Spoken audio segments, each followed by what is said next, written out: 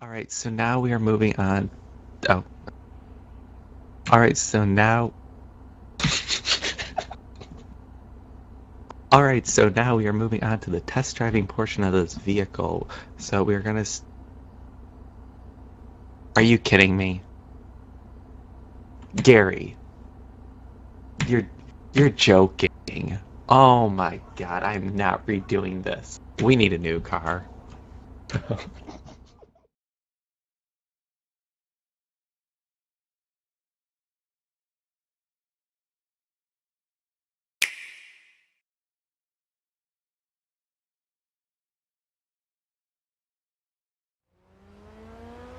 All right.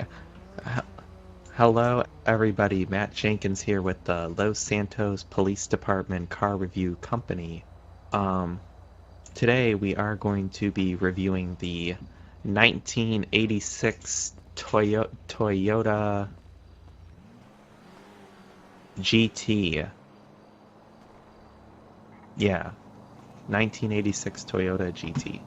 Um, Alright, so this car was made and built in Japan, and it was shipped over here to America in Los Santos. It seems like it did make a pit stop in Europe, though, to pick up a license plate that does state WMD 2015. Um, yes, this is a Toyota Japanese in America. All right, so here we have on this 1986 Toyota Supra, Toyota GT thingamabobby, we do have standard door handles. See, they work. You just pull them open and the door swings right on open. We also have standard mirrors to allow you to see behind you. Um, yes, we also have some nice rims, some black rims with some tires. The owner of this vehicle who let us borrow it, his name is Thomas McGee.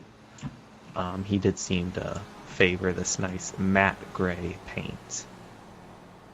Alright, so here we have on the rear of the Toyota GT 1986, we have standard brake lights as well as red lights and signals. The red lights are the brake lights to alert people that you are stopping because red does mean stop, like a stop sign. They are red. A red light at an intersection means to stop, which means you're going to stop. Here on the back we also have a nice spoiler. It does seem to be about 3 feet in length, as well as another spoiler on the top. This does have a dual spoiler. The spoiler on the top measures around to be 3.5 yards, I believe, which is a nice, difference in length compared to the 3 foot one down below on the actual trunk. We do have some nice blacked out tinted rear windshield. This car does not have a windshield wiper though in the back. I think that is because the car is angled at approximately. Hold on, let me find my protractor inside real quick. Oh, perfect. Got my protractor. Okay, let me just measure this windshield angle real quick. Um, all right, 47.9931 degrees, which means that any liquid, dirt, or snow, any type of precipitation actually will just glide right off this back windshield, which would make a wiper erroneous. All right, here on this 1986 Toyota Supra, we have a dual exhaust. They seem to be painted a nice blue metallic with some orange in them. I think the dual ones allow for there to be a lot of fumes to exit the car. But on that Mercedes-Benz AMG GL63 SUV that is family-oriented, all-wheel drive by the way, it had 4 exhausts because it had a V8 bi-turbo engine. So if you ask me, I don't think this car can compete directly with that Mercedes-Benz GL63. Also on the back, this has a 5-liter V3. Is that what you just said? Anyways, I don't know. We need to open the engine bay to look at that. We also do have another European license plate in the back. because it made a pit stop in Europe on its way to America. And yeah, scene. Oh, the trunk. I thought. Oh, okay. Let me just pop open. Oh, so this vehicle is a little bit outdated. You have to insert the key into the keyhole and twist it to the righty-tighty, lefty-loosey. So you have to twist it to the left to unlock this trunk. So let me just insert the key.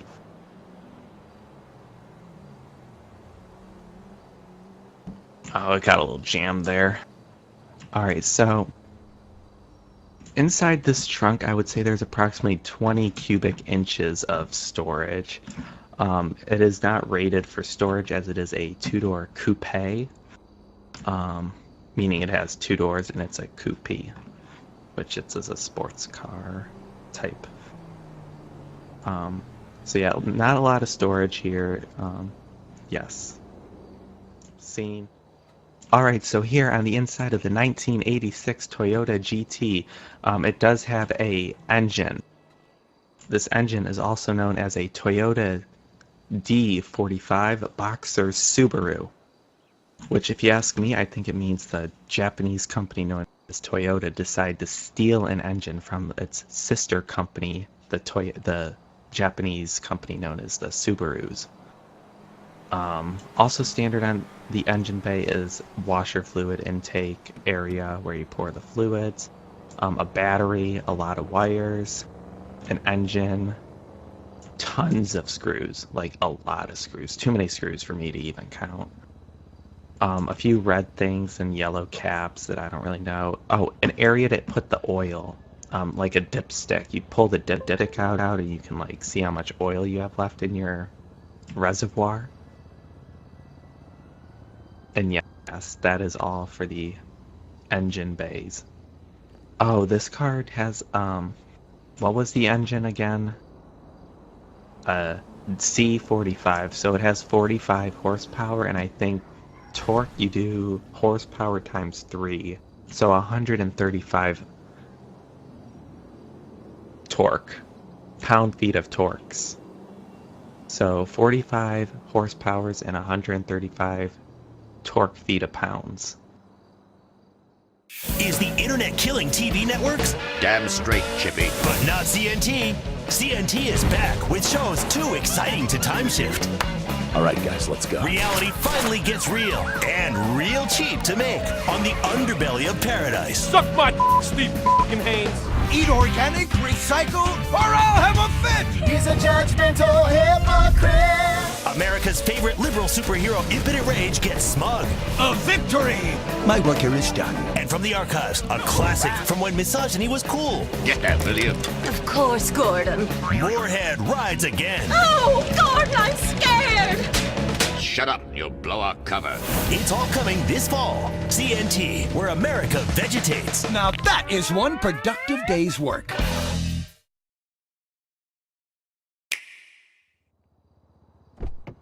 Alright, we are now moving on to the test drive of this 1986 Toyota GT made in Japan and transported to Europe. So as you guys can see, we do have a steering wheel. It is standard heated steering wheel, which allows you to keep your hands nice and toasty while you're driving if there's nice cold weather or snow. There is also a standard horn, as you can hear, which is also an illegal horn because it's a cop horn and this is not a cop vehicle. We also have highly tinted blacked out windows, also illegal. You can't even see out the front two driver's side and passenger window, and you can also not see out of the rear view window, which does make it very difficult to know where you are driving. A speedometer is also standard, as well as a fuel gauge and RPM clock manager. You also have a very nice touchscreen infotainment system that has navigation, a radio, plenty of little games. It's also a very, very, very bright. There is no way to change the brightness on it though, so you just kind of have to deal with it.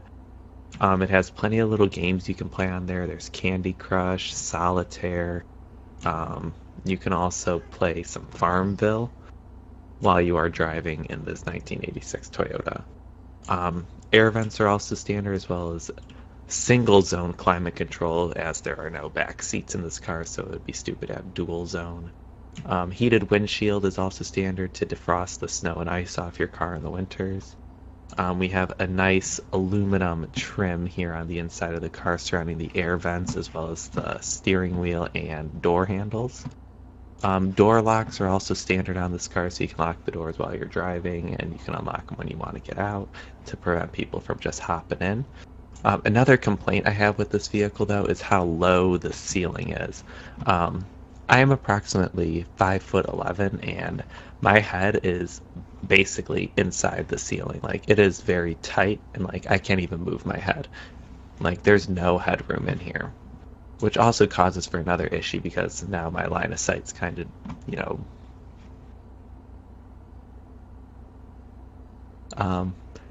but yeah, yeah.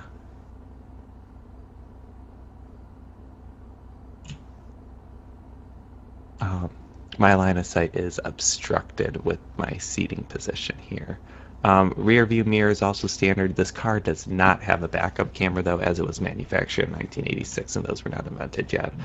Windshield wipers are also standard, as well as headlights, which are not really that bright. They're kind of dull. I think you need to talk to the man who owns this car to upgrade the headlights. We are borrowing this car from Officer Thomas McGee. Alright, so now we're going to move on to the test driving portion. Alright, so now we are moving... Alright, so now we are moving on to the test drive portion of this vehicle. This is a 1986 Toyota, so let's see how she drives. Alright, so we're going to put the car into drive and just slowly hit the gas.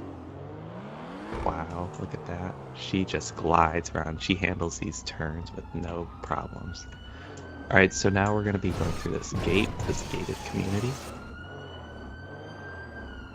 Alright, so we are working our way towards the street. Alright, so now we are going to be driving this vehicle over...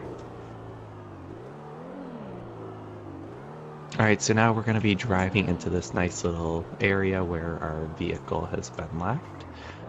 This car just handles exceptionally well. Like, you can just like floor it, and look, like she takes these turns like there's no tomorrow. It is just unbelievable. The two gentlemen which are just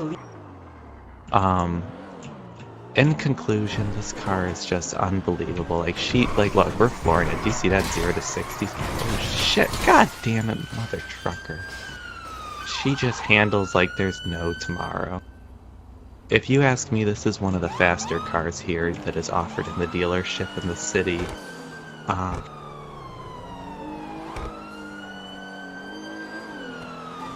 We're just gonna floor it here and see how well she drives. Like, look at this. Like, wow, 0 to 90 in like 8.3 seconds. And like, look at that. She just handles a turn. And look, she just brakes like there's no tomorrow. This is one of the faster cars, as you guys can see. Alright, let's put the car into reverse now. Alright, so we are going to be driving in reverse. Let's see how well she handles in reverse. Oh my goodness. What the hell? This is what happens when you drive a foreign car when there's American cars around. The American cars like to bully you. Alright, excuse me, I'm trying to test drive a vehicle from an officer. Alright, so now I guess this is where we put the speed to the test.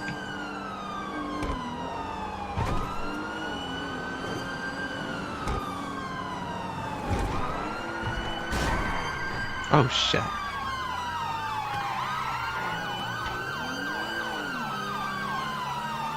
Oh no, this stupid Japanese car, it's smoking.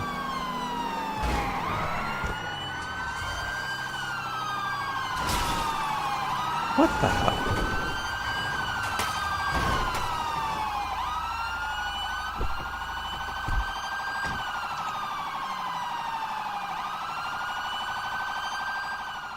He's not talking. He's having a little sissy fit back there. He's pouting.